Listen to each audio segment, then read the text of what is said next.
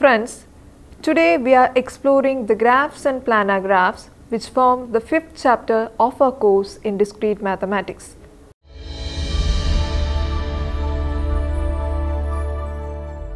The basics of multigraphs, weighted graphs, paths and circuits are discussed in this session.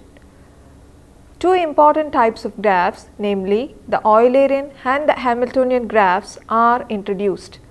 Also, it includes simple applications like the shortest path problem, the travelling salesman problem and the Euler's theorem, which has great geometrical importance. Graphs and planar graphs. Introduction. It is believed that graph theory had its beginning when Euler in 1736 solved an interesting problem which is now known as the Königsberg Bridge problem. In the village Königsberg, there flows a river and there are 7 bridges across it connecting the 4 land portions as shown in the picture. The problem was to start from any one of the land portions and to return to the starting point by walking exactly once over each bridge. This problem was a fascination to many. Thousands of them tried again and again, but no one succeeded in the game. Euler put an end to everyone's anxiety by proving the impossibility of such a walk. As a consequence, graph theory, an interesting branch in mathematics, was evolved. Basic terminology. A graph or digraph is formally defined as an ordered pair VE, where V is a set of points called vertices and E is a set of pairs of elements of V. Elements of V are called edges. A directed graph or digraph is formally defined as an ordered pair VE, where V is a set of points called vertices and E is a set of ordered pairs of elements of V. Thus, the set E of edges is a relation on the set V of vertices. If the ordered pair Vi Vj represents an edge, then we say that Vi is the initial vertex and Vj is the terminal vertex. Here, the edge is said to be incident from Vi and incident into Vj. Moreover, the vertices Vi and Vj are said to be adjacent. If the initial and terminal vertices coincide, then the edge is called a loop. If E is taken as a multi-set of pairs of elements of V, then the graph is an undirected graph.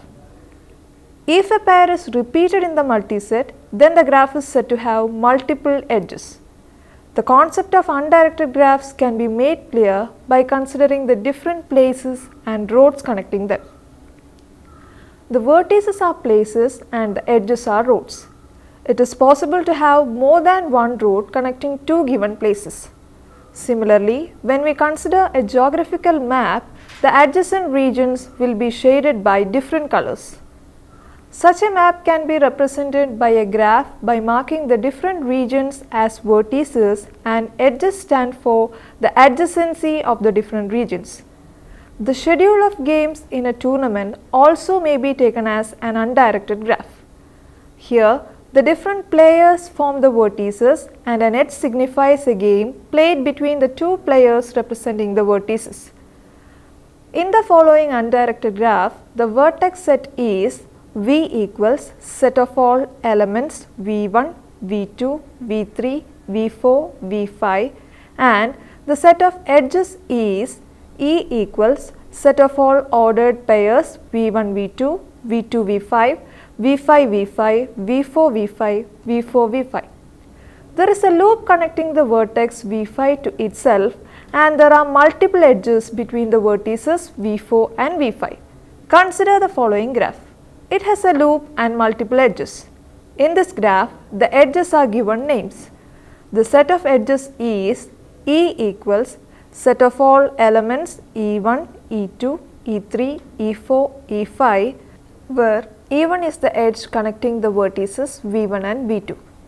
There is a loop at the vertex V5 which is given by the edge E3. There are two edges, that is multiple edges, which are E4 and E5 between the vertices V4 and V5.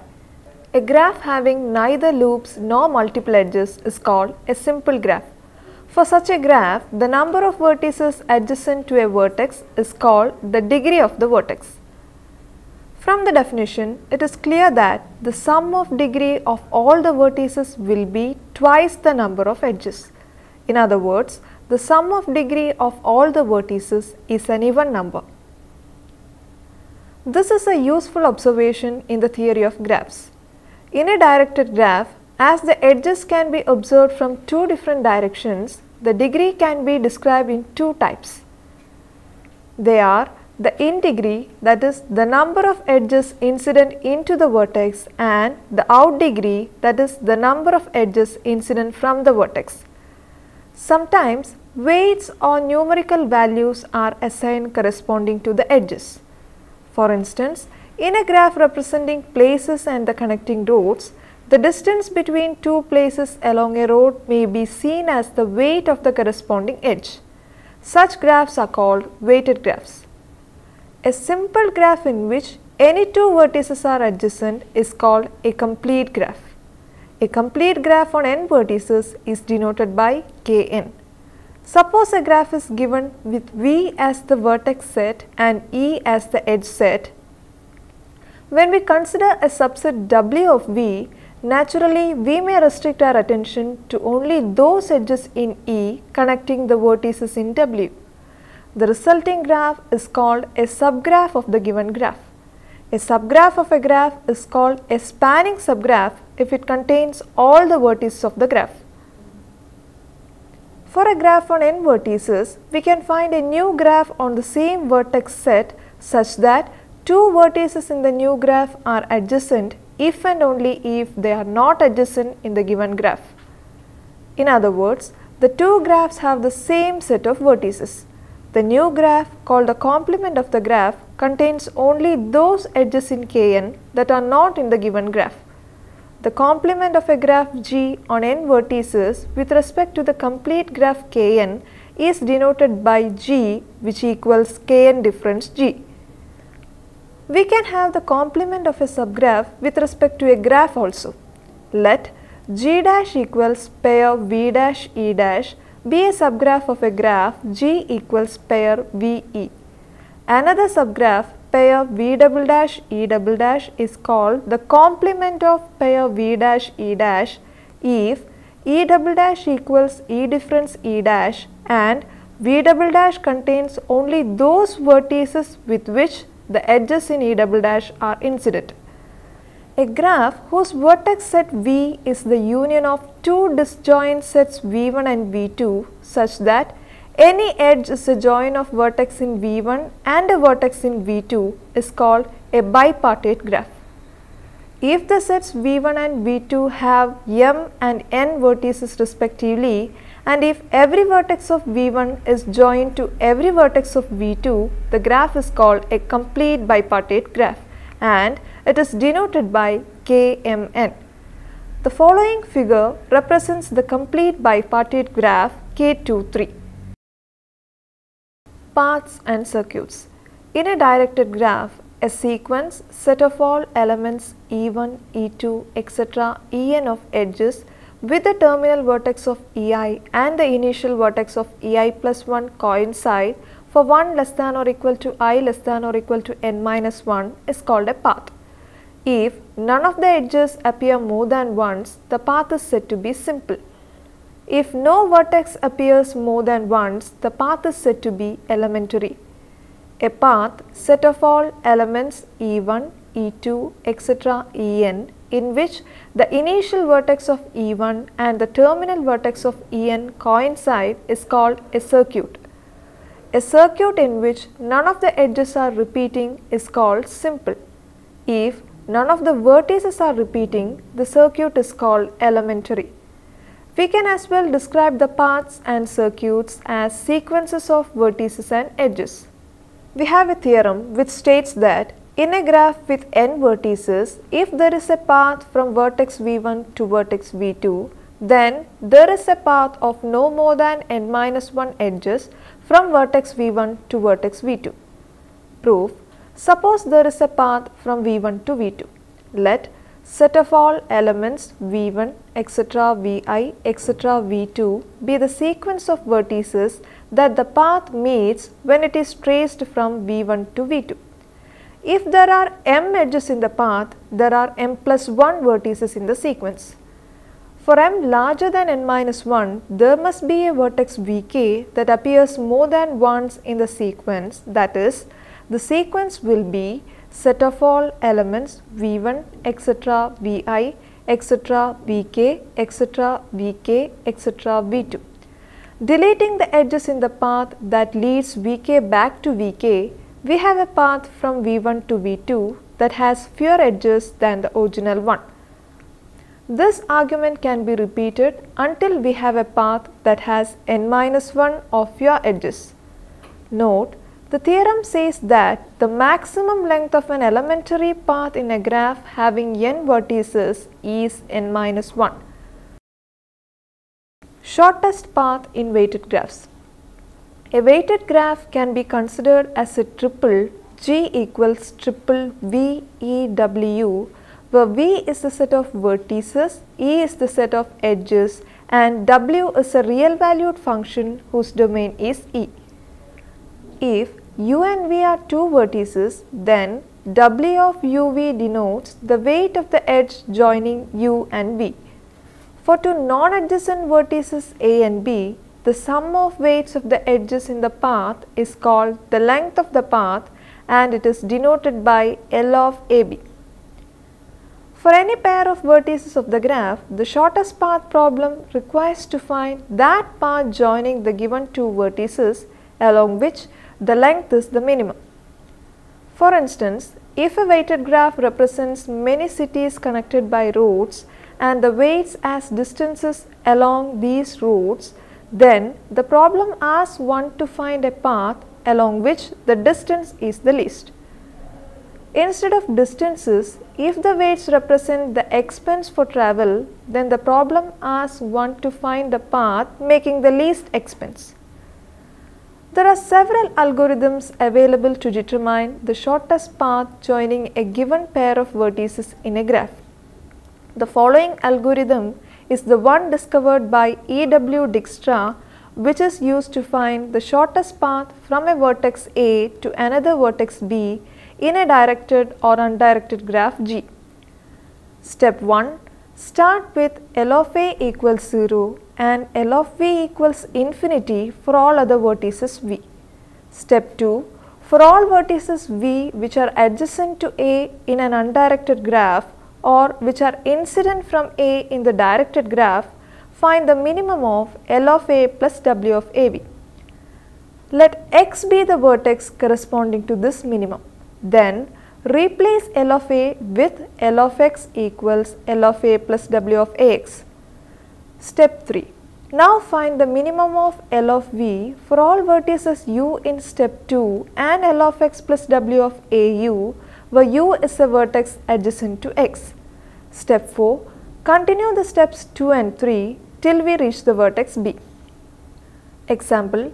Let us find the shortest path from the vertex labeled as 1 to the vertex labeled as 5 in the given directed graph. When we follow the steps of the algorithm, as the first step, we fix L of 1 equals 0 and L of V equals infinity for all other vertices of the graph. The vertices to which we can reach from 1 are 2, 3 and 6. We calculate the lengths of the corresponding paths as L of 2 equals L of 1 plus W of 1 2 equals 7, L of 3 equals L of 1 plus W of 1 3 equals 9, and L of 6 equals L of 1 plus W of 1 6 equals 14. The minimum value is L of 2 equals 7. So we temporarily reach the vertex 2 in the second step. Now we go to the third step. We can reach the vertices 3 and 4 from 2. So we calculate L of 3 equals L of 2 plus W of 2 3 equals 7 plus 10 equals 17, and L of 4 equals L of 2 plus W of 2 4 equals 7 plus 15 equals 22. But 3 is reachable directly from 1 in the second step with a weight of 9. The minimum of the values 9, 17 and 22 is 9. So, we temporarily fix the direct path from 1 to 3. Thus, at the end of the third step, we are at the vertex 3 and L of 3 equals 9. Now we go to the fourth step. The vertices to which we can reach from 3 are 4 and 6. So, we calculate L of 4 equals L of 3 plus W of 3 4 equals 9 plus 11 equals 20 and L of 6 equals L of 3 plus W of 3 6 equals 9 plus 2 equals 11. The vertex 6 was directly reachable from 1 with a weight of 14. The minimum of the values 11, 14 and 20 is 11. So, we temporarily fix the vertex 6 and the path 1 to 6 through 3. Now we go to the fifth step. The only vertex to which we can reach from 6 is 5. So, L of 5 equals L of 6 plus W of 6 5 equals 11 plus 9 equals 20. Since there is an edge from 4 to 5 which we could have chosen after the second step, we can also have L of 5 equals L of 4 plus W of 4 5 equals 22 plus 6 equals 28. Clearly, the minimum value among these two is 20, which is taken as the length of the path from vertex 1 to vertex 5 through the vertices 3 and 6. Thus, the algorithm is completed and we get the shortest path from 1 to 5 as 1 to 3, 3 to 6, 6 to 5, which has a total length 20. A graph is said to be disconnected if the vertex set is the union of pairwise disjoint subsets and any edge of the graph is a join of two vertices both belonging to any one of these subsets. A graph is said to be connected if it is not disconnected. A connected subgraph of a graph is called a component of the graph. Eulerian paths and circuits. The Coinsberg bridge problem led to the Eulerian graphs in which it is possible to have a path joining any two vertices such that no edge is repeated. If the initial and terminal vertices coincide, the circuit is Eulerian. In this direction, there is a theorem due to Euler. The theorem states that an undirected graph possesses an Eulerian path if and only if it is connected and has either no vertices or two vertices of odd degree. The following corollary is useful. The corollary states that an undirected graph possesses an Eulerian circuit if and only if it is connected and its vertices are all of even degree. Now, let us look at the graph representing the Coinsberg bridges. All the four vertices of it have degree 3. So, by the corollary, the graph corresponding to the Coinsberg bridges cannot have an Eulerian circuit. Hamiltonian paths and circuits. A path or circuit in which no vertex of the graph is repeated is called a Hamiltonian path or circuit. Consider the problem of seating a group of people around a table. If we let the vertices of an undirected graph denote the people and the edges represent the relation that two people are friends, a Hamiltonian circuit corresponds to a way of seating them so that everyone has a friend on each side. The following theorem assures a sufficient condition for the existence of a Hamiltonian path in an undirected graph. The theorem states that let G be a graph on n vertices. If the sum of the degrees for each pair of vertices in G is n-1 or larger, then there exists a Hamiltonian path in G. Example: consider the problem of scheduling 7 examinations in 7 days so that 2 examinations given by the same instructor are not scheduled on consecutive days. If no instructor gives more than 4 examinations, show that it is always possible to schedule the examinations. Let G be a graph with 7 vertices corresponding to the 7 examinations. There is an edge between any two vertices which correspond to 2 examinations given by different instructors. Since the degree of each vertex is at least 3, the sum of the degrees of any two vertices is at least 6.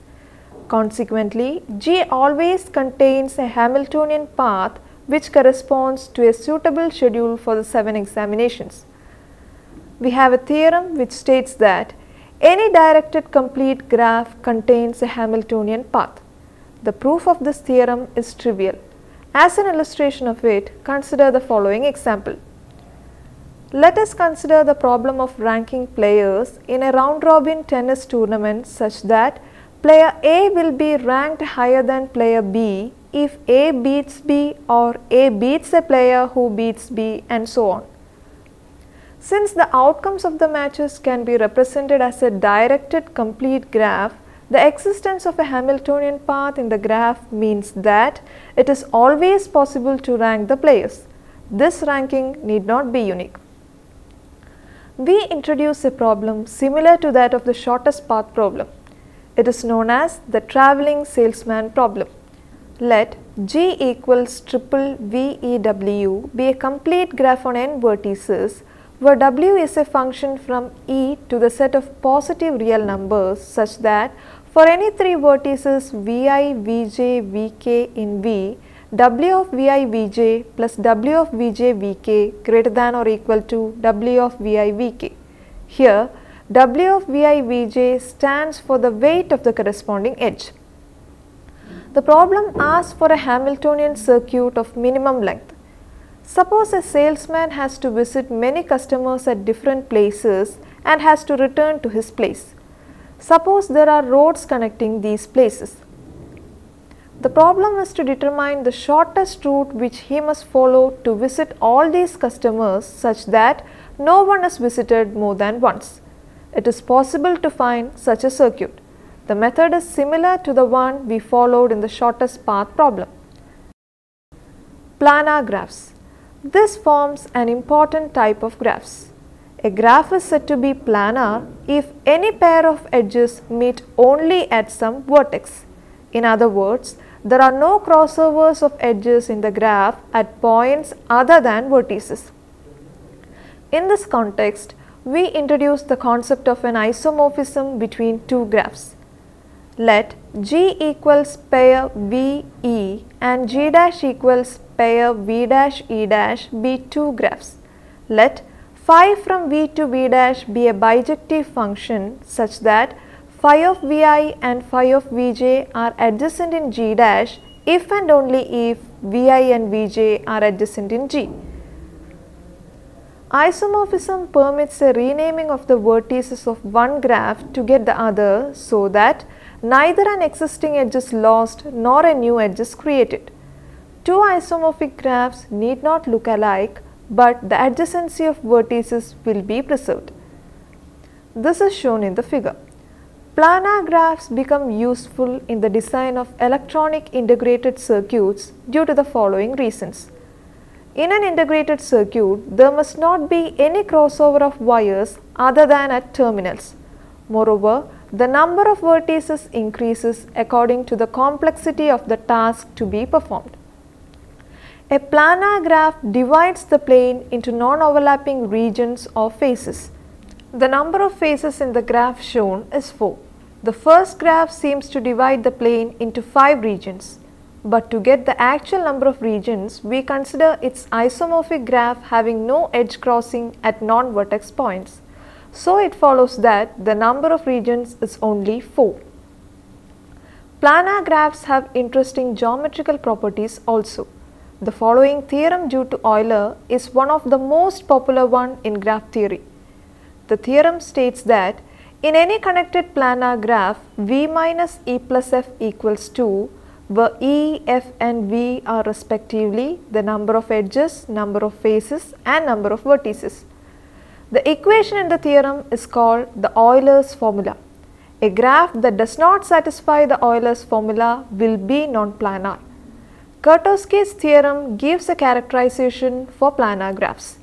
The theorem states that a graph is planar if and only if it does not contain a subgraph isomorphic either to K5 or to K33. Let us summarize the contents of this session. Graph theory was introduced, giving an emphasis to the historical background and some of the important applications. The important types of graphs, namely Eulerian and Hamiltonian graphs, were introduced and their applications in real-life situations were discussed. Planar graphs, another important type of graph, was also introduced. Besides these, some of the important theorems also were stated. The following questions are provided for testing yourself.